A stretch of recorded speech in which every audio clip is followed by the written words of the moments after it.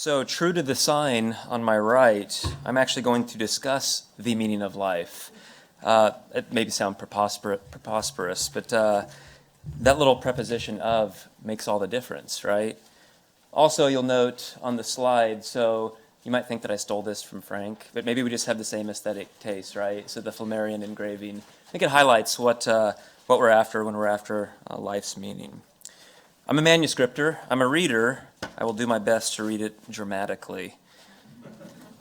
Well, this conference has by and large focused on meaning in life and has left the cosmic question of the meaning of life relatively, though not entirely, untouched.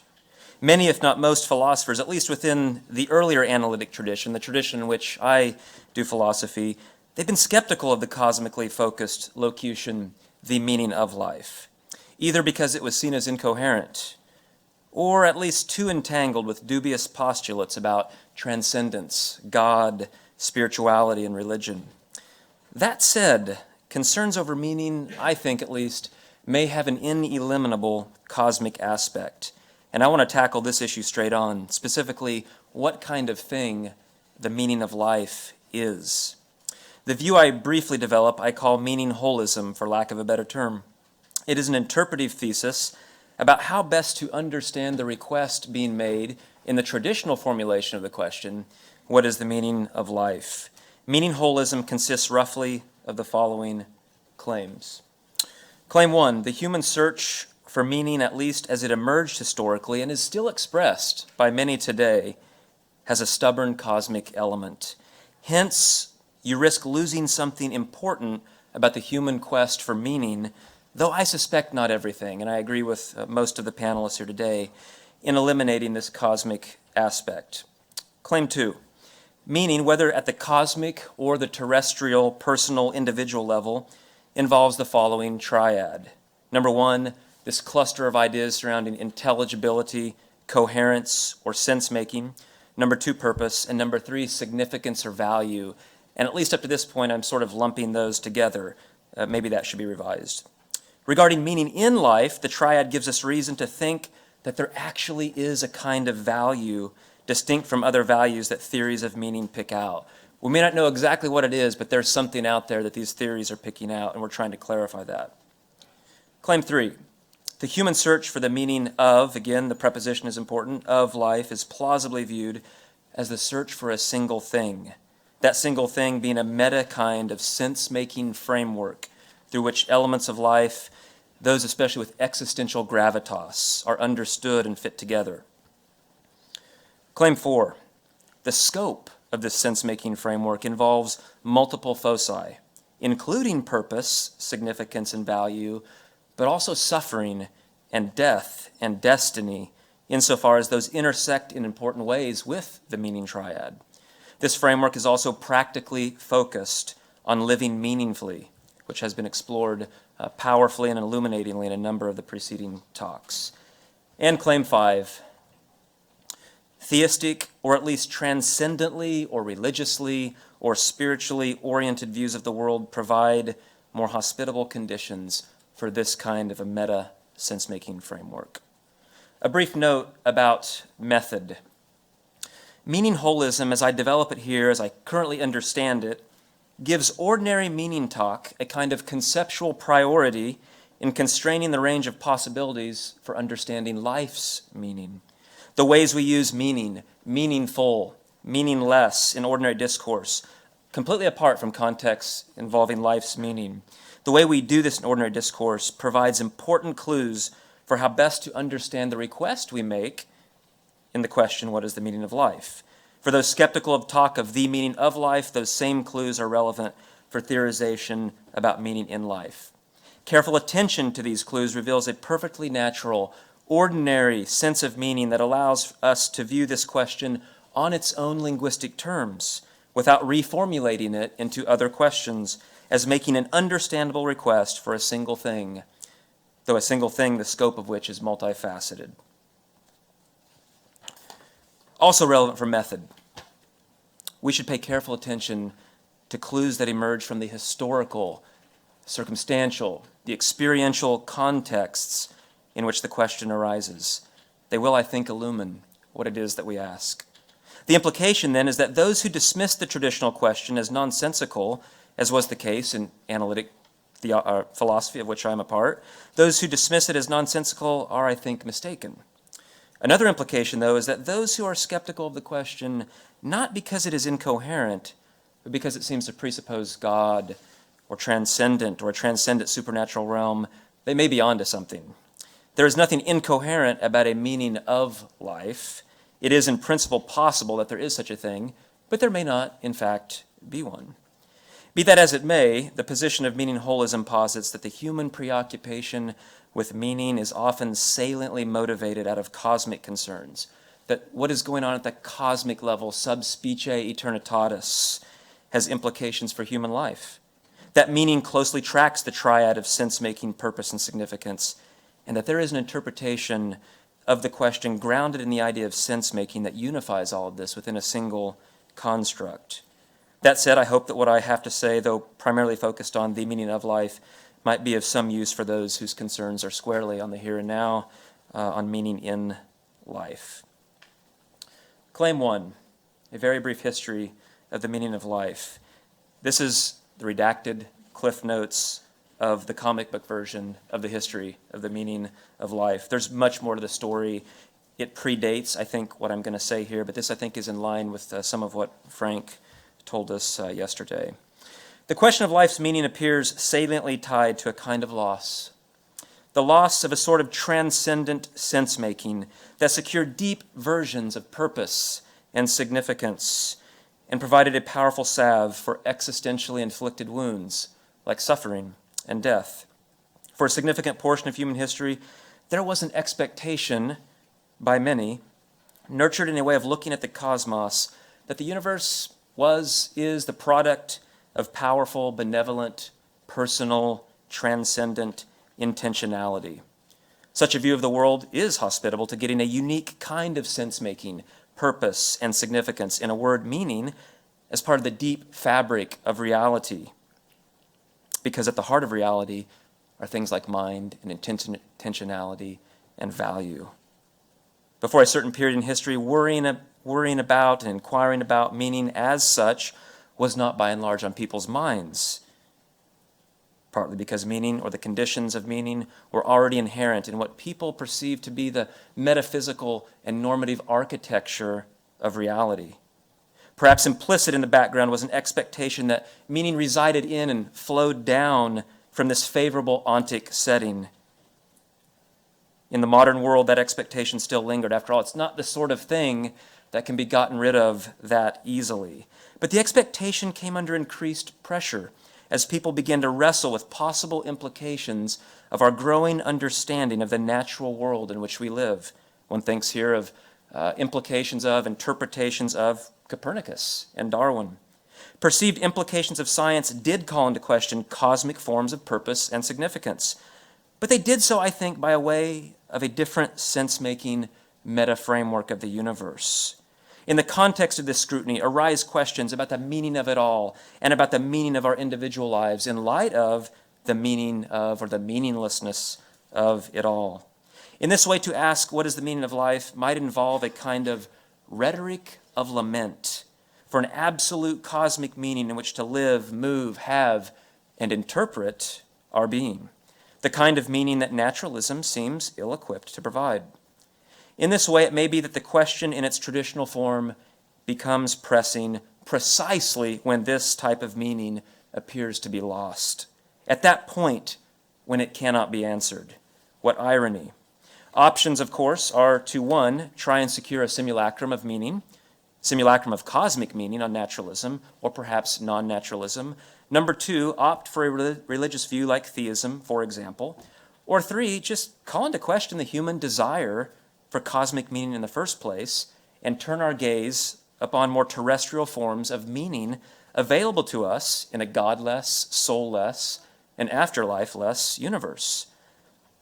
I think there are important clues from the historical record as to the kind of question we ask when we ask, what is the meaning of life?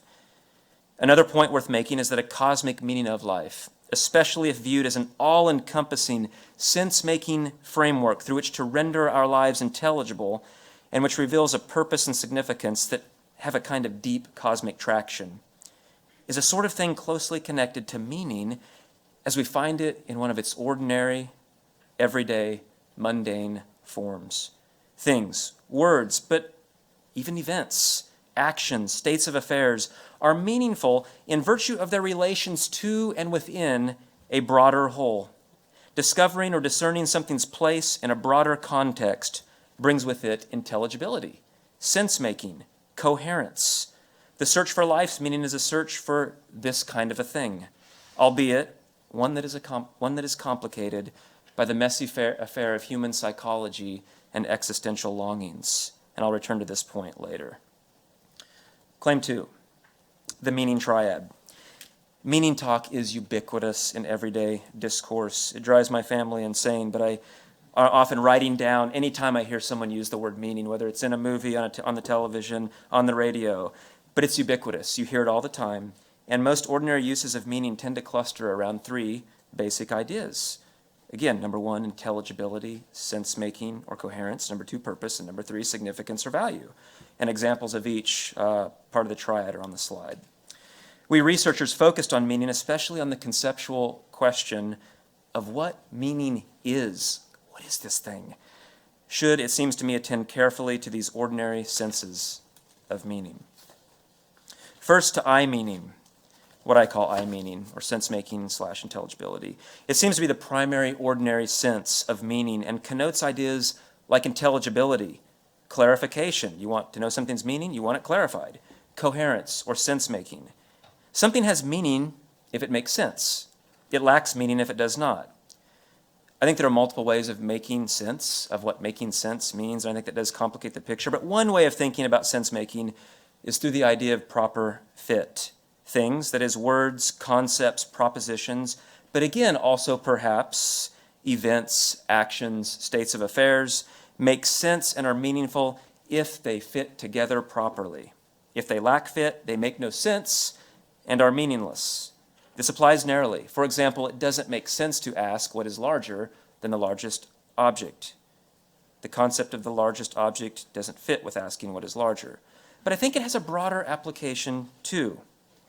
We say things like, it does not make sense to hit 9-iron off the tee at a 600-yard par 5. Golf is still on my mind after last weekend's Masters. Number 2, asking philosophy students to perform long division on their midterm makes no sense. In each of these situations, we perceive a lack of fit between shot and club choice, and between the kind of question asked and reasonable expectations about what you should find on a philosophy midterm exam. There is a kind of absurdity here. Perceiving this weaker lack of fit will be a product of beliefs, norms, and other epistemic, evaluative, and social commitments. Therefore, determining whether or not something in fact involves a lack of fit in this broader sense often is going to be a messier task than in cases of narrow sense-making. Ascertaining meaning, then, is about fitting something into a larger context. Words into sentences, paragraphs, novels, monographs. Musical notes into measures, movements, and symphonies. The movement from mere sound to music. Parts of a photograph within the entire photograph. Meaning is about intelligibility within a wider frame. I think much the same thing is happening with life's meaning.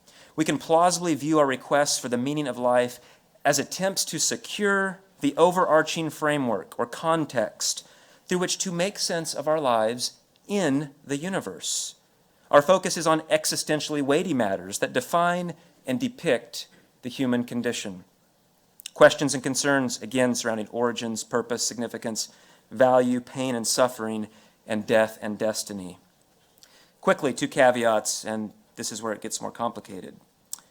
In some, though not all, ordinary contexts where we seek I meaning or sense-making meaning, we think that rendering something intelligible or making sense of it is not sufficient for such meaning. We think that truth must be added to bare intelligibility. Truth, of course, is not a necessary condition for bare intelligibility. Plenty of works of fiction are intelligible, even though they're not true in that sense. But it's probably required for full-blown I meaning in some contexts. For example, if I ask my children, what is the meaning of this in response to walking in on them fighting. They could render their fight intelligible by telling me a coherent story about it and how it unfolded that is nonetheless false.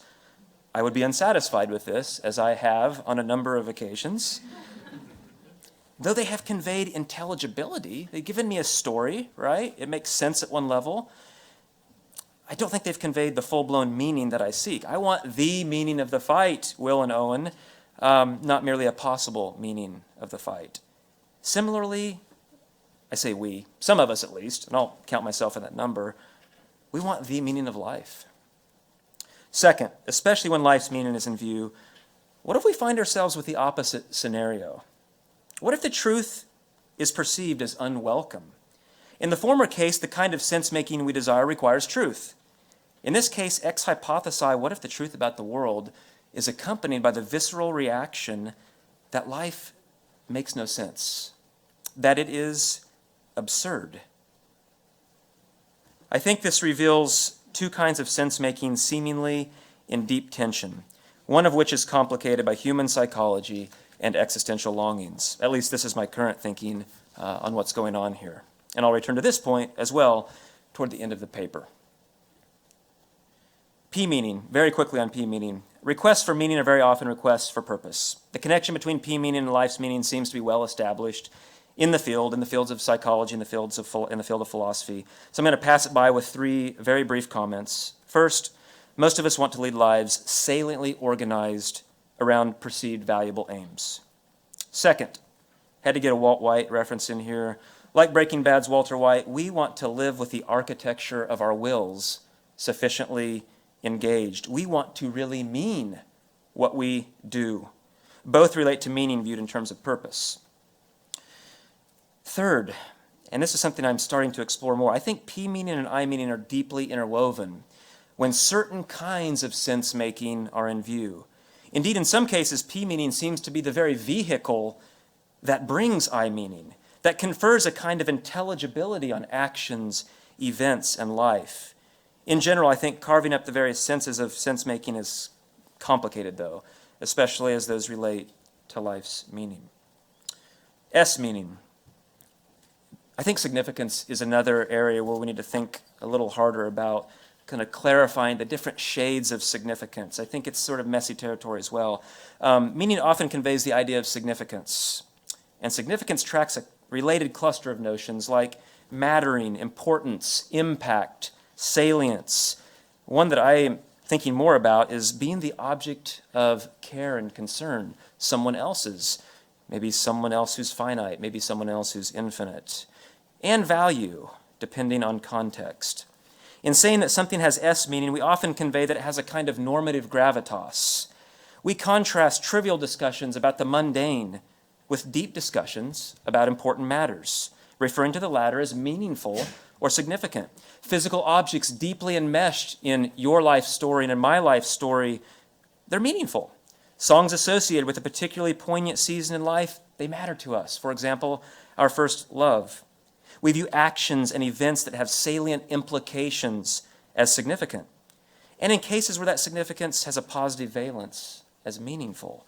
Now, as a brief aside, I continue to waver on whether there should be a condition of positive valence on meaning, at least when the metric of significance is in view. Must one's life make positive impacts in order to be meaningful? And I'm on the fence on that one. It is worth pointing out that something's significance, when certain connotations of significance are in view, is largely gauged in relation to a perspective or horizon or point of reference, and all of which I think can be dynamic.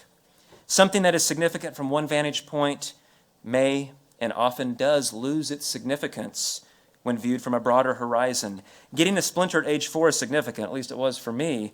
Looking back now at age 43, doesn't seem that significant. Its significance wanes. Most events important enough to make it into local lore will not matter enough to be included in a national history, let alone world and especially cosmic history. One quickly sees resources available here from which to generate pessimistic meaning of life concerns vis-a-vis human significance as one broadens their horizons, eventually terminating in a cosmic and I would say especially naturalistic sub specie aeternitatis perspective. Cosmic concerns for some are intensely personal.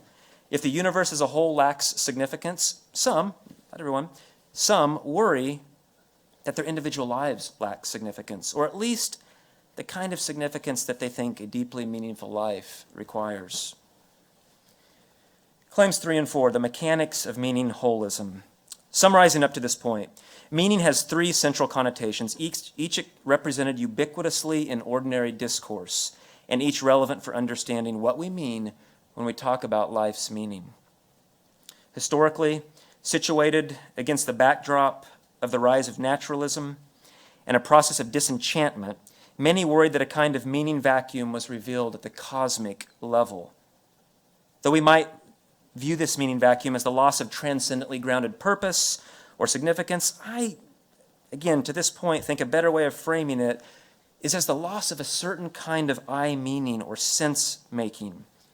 Indeed, I think I-meaning provides the most illuminating conceptual and hermeneutical resources for understanding what was perceived as lost and is in large part what those of us are after who seek the meaning of life. I-meaning is clearly in view in many ordinary contexts that share relevant similarities with those where our focus is on life's meaning.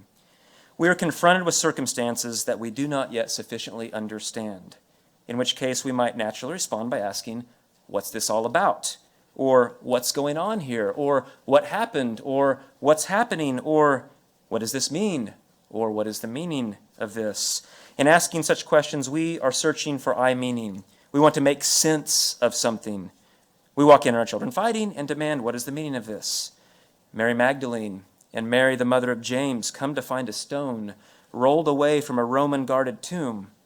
The burial linens are there, but Jesus' body is nowhere to be found. One can imagine them thinking, what is the meaning of this?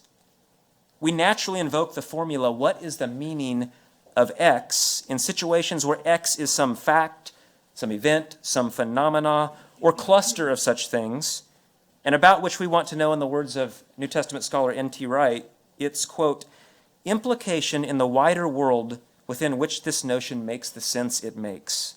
Such requests track our desire to make sense of a situation, to render it intelligible, with the further aim of acting appropriately in response. A kind of epistemic map to guide and to aid in practical, normative navigation of life.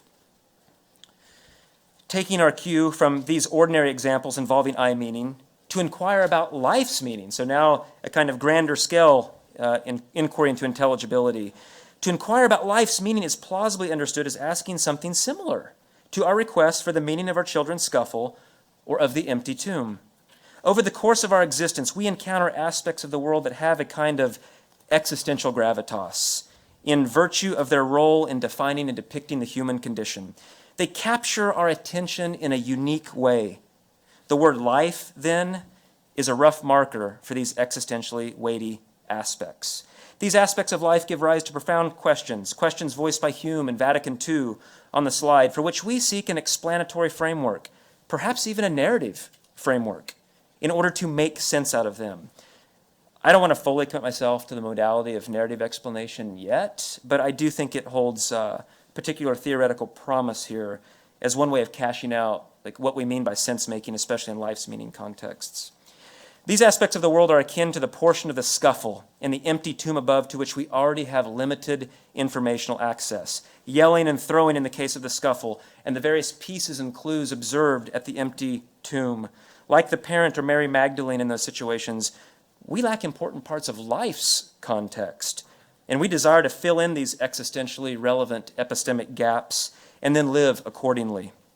We are in search of life's meaning, where that meaning is at center a kind of I-meaning that provides an overarching sense-making framework for answering and fitting together answers to our questions about origins, purpose, significance, value, suffering, and destiny. The meaning of life, then, just is this sense-making meta-framework on my view. I-meaning in this way may be hermeneutically prior to the other parts of the meaning triad, that is P and S meaning, for framing and understanding the sort of request that we have when we ask, what is the meaning of life? Of note is that we do not first ask about the purpose of life or the significance of life. We first ask about the meaning of life.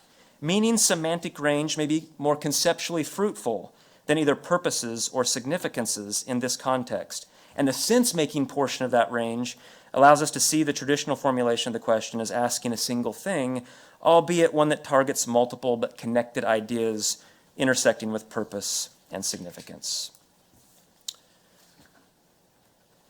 Claim 5, naturalism, theism, and sense-making.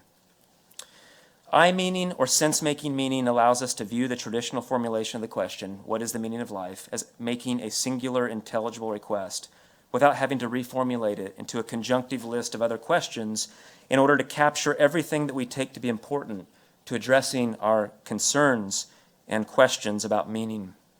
The question is singular in nature. It asks for one thing, a sense-making meta-framework. But this one thing includes both cosmic and terrestrial as well as epistemic and practical aspects.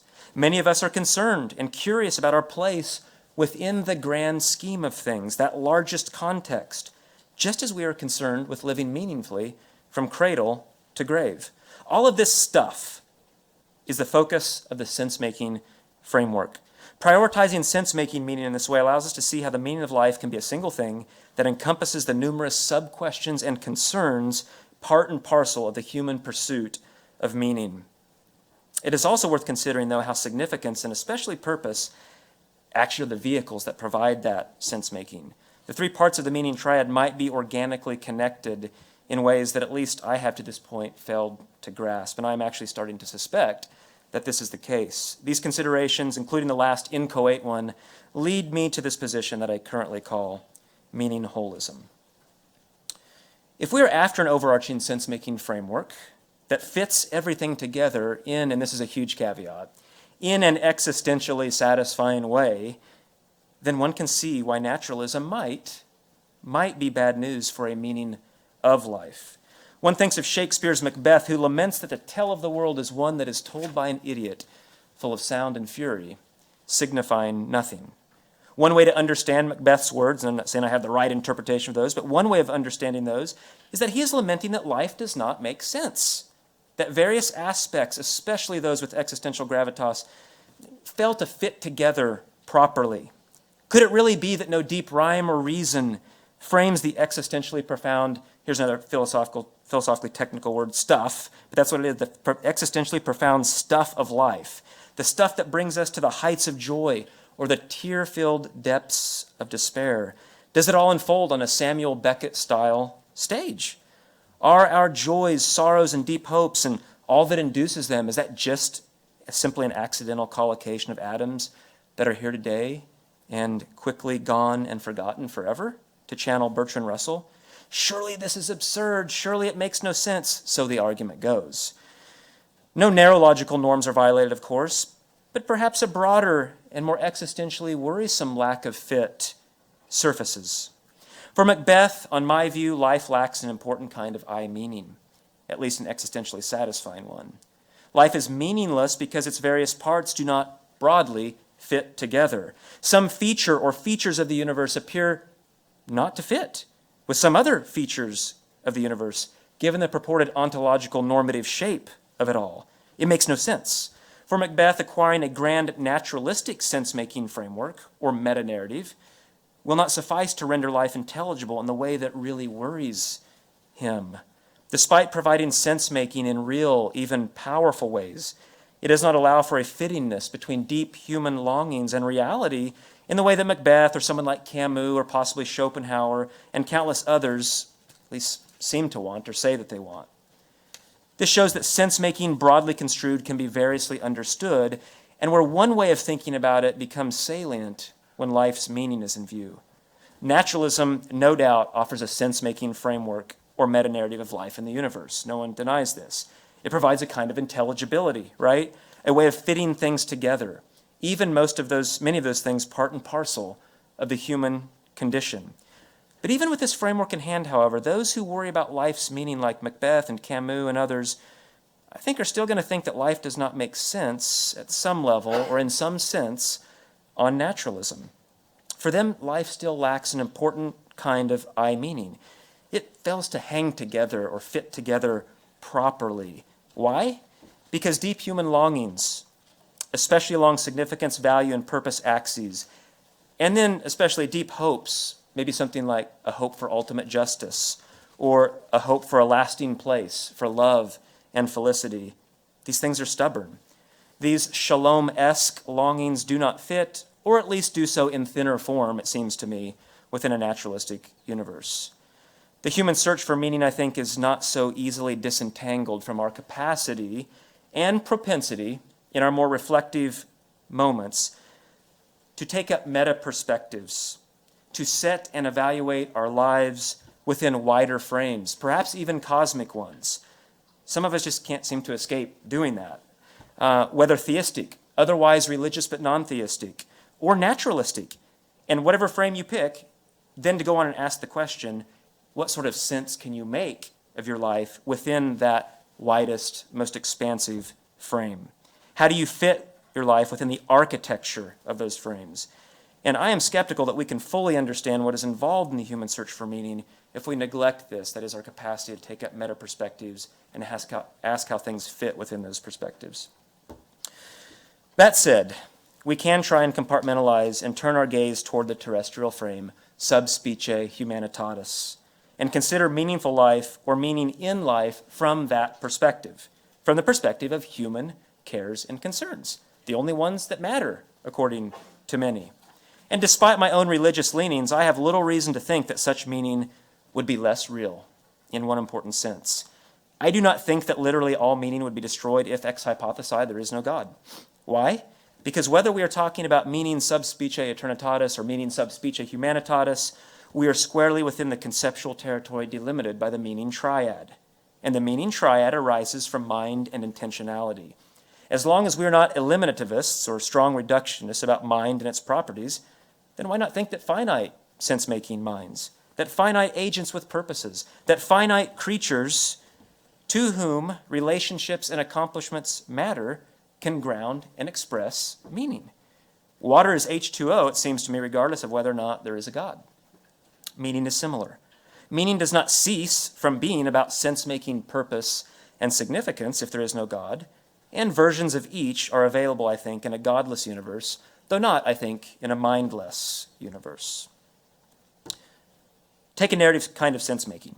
On this view, meaningful life sub specie humanitatis is largely a matter of having enough of your life aspects that are meaningful, in virtue of sort of cohering in clusters of humanly constructed interlocking narratives.